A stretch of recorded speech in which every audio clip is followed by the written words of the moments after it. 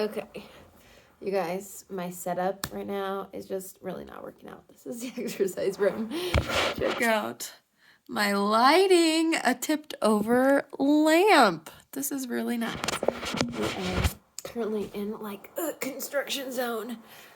So my back. I'm just going to talk to you guys. And I always lose people in the first 30 seconds of a video. I'm really sorry. I never quite get to the point right away. So if you're new here, just skip to the 30-second mark always. And you'll catch me right about the time I'm going to get to the point. So in this video, I just wanted to touch base a little bit and share my progress with intuitive eating. And actually, I wanted to share a little bit about the word progress as it relates to intuitive eating, because my husband and I actually had this discussion. As a very numbers-oriented person, my husband is an accountant, but I also am a very results-oriented person. I have long weighed myself every single day to get like data statistics on my weight at any given time. And it was like reaffirming when I would do that, to be able to see like, yes, I'm making progress or whatever. And if I had ever not weighed myself for a long period of time and then weighed myself again, knowing already that I had gained weight, it was like a kick it in gear thing for myself to like weigh myself and see like, oh, I need to do better and be better and stick to my goals and get back on track and all those different things. So I've always used the scale as a way of seeing progress. Other ways that you could see progress that are like numbers related would be like, how many days a week did you work out? Did you get your steps for the day? That kind of thing. And in intuitive eating, you're actually encouraged in the book to stop focusing so much on numbers and more focus on how you feel. Now, focusing on how you feel is a lot harder to track, and it's a lot harder to kind of show, here's how I'm progressing and that kind of thing. So I just wanted to talk a little bit about my first 2 weeks or however long it's been that I've been practicing intuitive eating. And I say practice because I'm not perfect at it. I think it's definitely a learning curve, and I'm just trying to practice every single day and get a little bit better at listening to my body, rather than going off of what someone has told me to eat, or, what has been prescribed as like the perfect workout regimen or the perfect way to eat with your macros or calories or food groups or whatever. Like, I've just been trying to listen to my body more and trying to incorporate the tips and tricks found in the intuitive eating book of how to become more in tune with your internal self, to be able to tell when you're hungry, tell when you're full, and tell, different things. I was going to say something else, but because I was thinking of the different parts of intuitive eating, there's a few different focuses, and one of them is to honor your hunger. So feeling when you're hungry. Another one is to respect your satiety, I believe is what it's called. Just respecting once you're full and satisfied. And the other one is just like, I can't remember what it's called in regards to nutrition, but it's basically gentle nutrition. But that comes after learning to honor your hunger and to respect your satiety, your ability to eat when you're hungry and to stop when you're satisfied. So I've been trying to really focus on those things. It was really surprising at first how I really haven't let myself be hungry in a long time, which is why I've gained who knows how much weight. I guess I should say, I don't think I said this earlier, that I have not been weighing myself. I didn't weigh myself when I started intuitive eating. I'm trying to really take the focus off of that. And I haven't weighed myself since, because I'm really trying to focus on just how I feel. And it's been going really well in that regard.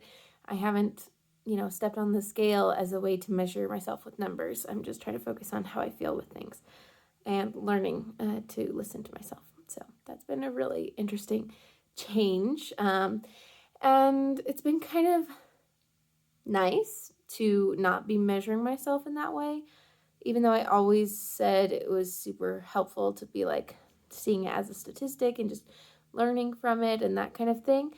I realize now that even when I was trying to see it as just a statistic, I saw it as like a little bit damaging of a statistic, like a statistic of, oh, it went up and it kept going up or whatever, would make me feel bad and like I was doing something wrong and that I needed to do XYZ, right? And now I have a chance every moment of the day to listen to my body. So that is something that has been really nice as I progress this way. Another thing that has been like mind-blowing to me, like literally, is that my mind has so much space cleared up in it. And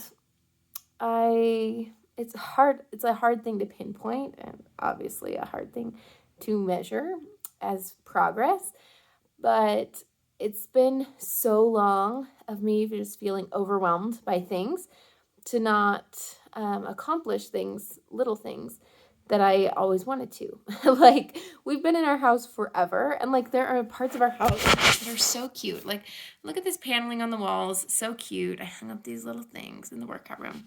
But like, this was all done by the people before us. The paneling and stuff was all done by the people before us, and I love that. I follow tons of people on Instagram that do DIY, and there are some rooms in our house that haven't been made over by the people before us.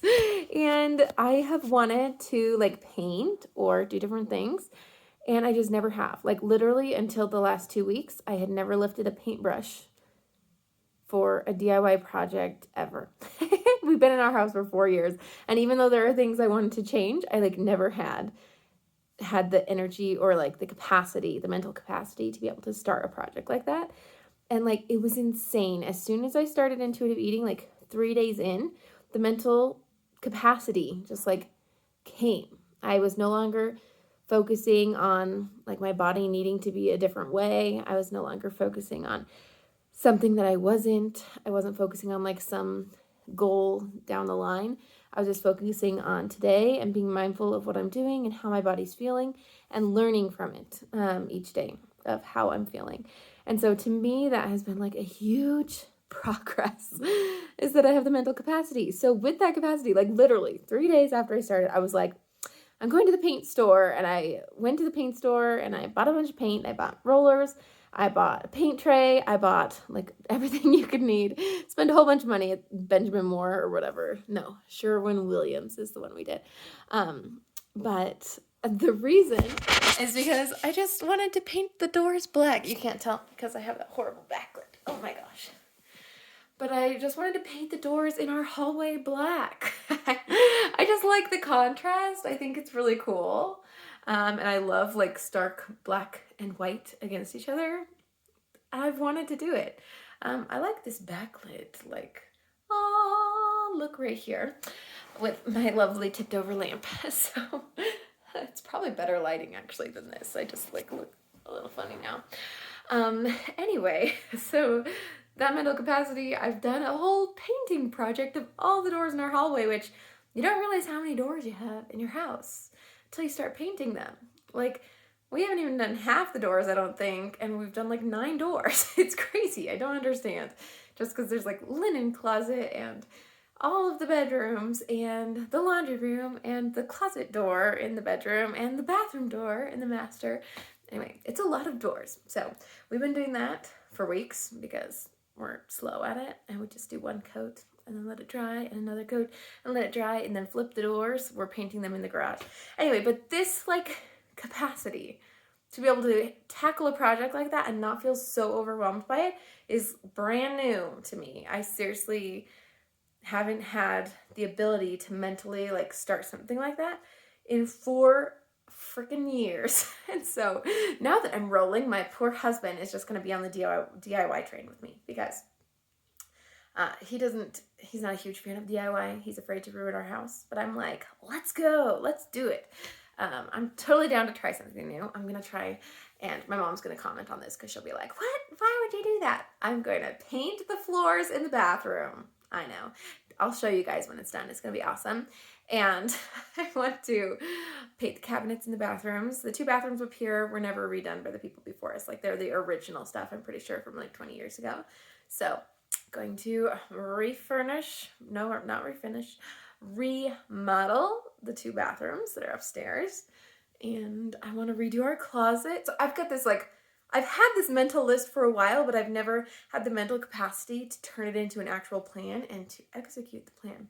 So this is a long video to tell you my mental capacity has grown, and that is major progress for me.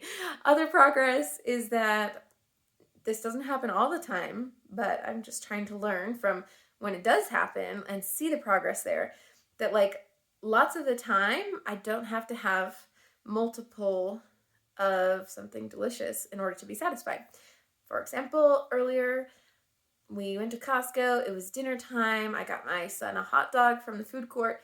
I wasn't, needing a hot dog. I didn't want it. And so I had one chocolate covered cinnamon bear because that sounded good as I was putting the groceries into the car, but I was hungry. But I was like, I just need one of these. I just had one and I was like, I'm satisfied. And then I waited until dinner later. And for dinner, okay, this is going to sound like typical, social media intuitive eating. You can eat whatever the crap you want type thing, which is not the case all the time. But I had a bowl full of strawberries, like a big bowl, and hot chocolate for dinner. I didn't need anything else. I probably could have added some protein or something, but I was satisfied after having the hot chocolate and the strawberries. And so I decided to listen, and I was satisfied. I didn't need other food, and so I just stopped. And the protein will balance itself out. I'll have a meal that's heavy in protein later on, and it'll be just fine. My body will compensate for itself. Bodies are really smart and adaptive. So anyway, that's where we're at. I've had progress with mental capacity most of all, and progress in little things like being able to eat just one of something, which, wasn't the case. A lot of it is letting go of the diet mentality of like thinking I'm not going to have this again, so I'm going to eat a handful. And that's not like a conscious thought with diets, but, it happens. So anyway, thanks for following this journey. Sorry this was long and rambly. It happens. But y'all are the best. See you later. I'll share more of my intuitive journey stuff in more detail later on. Bye.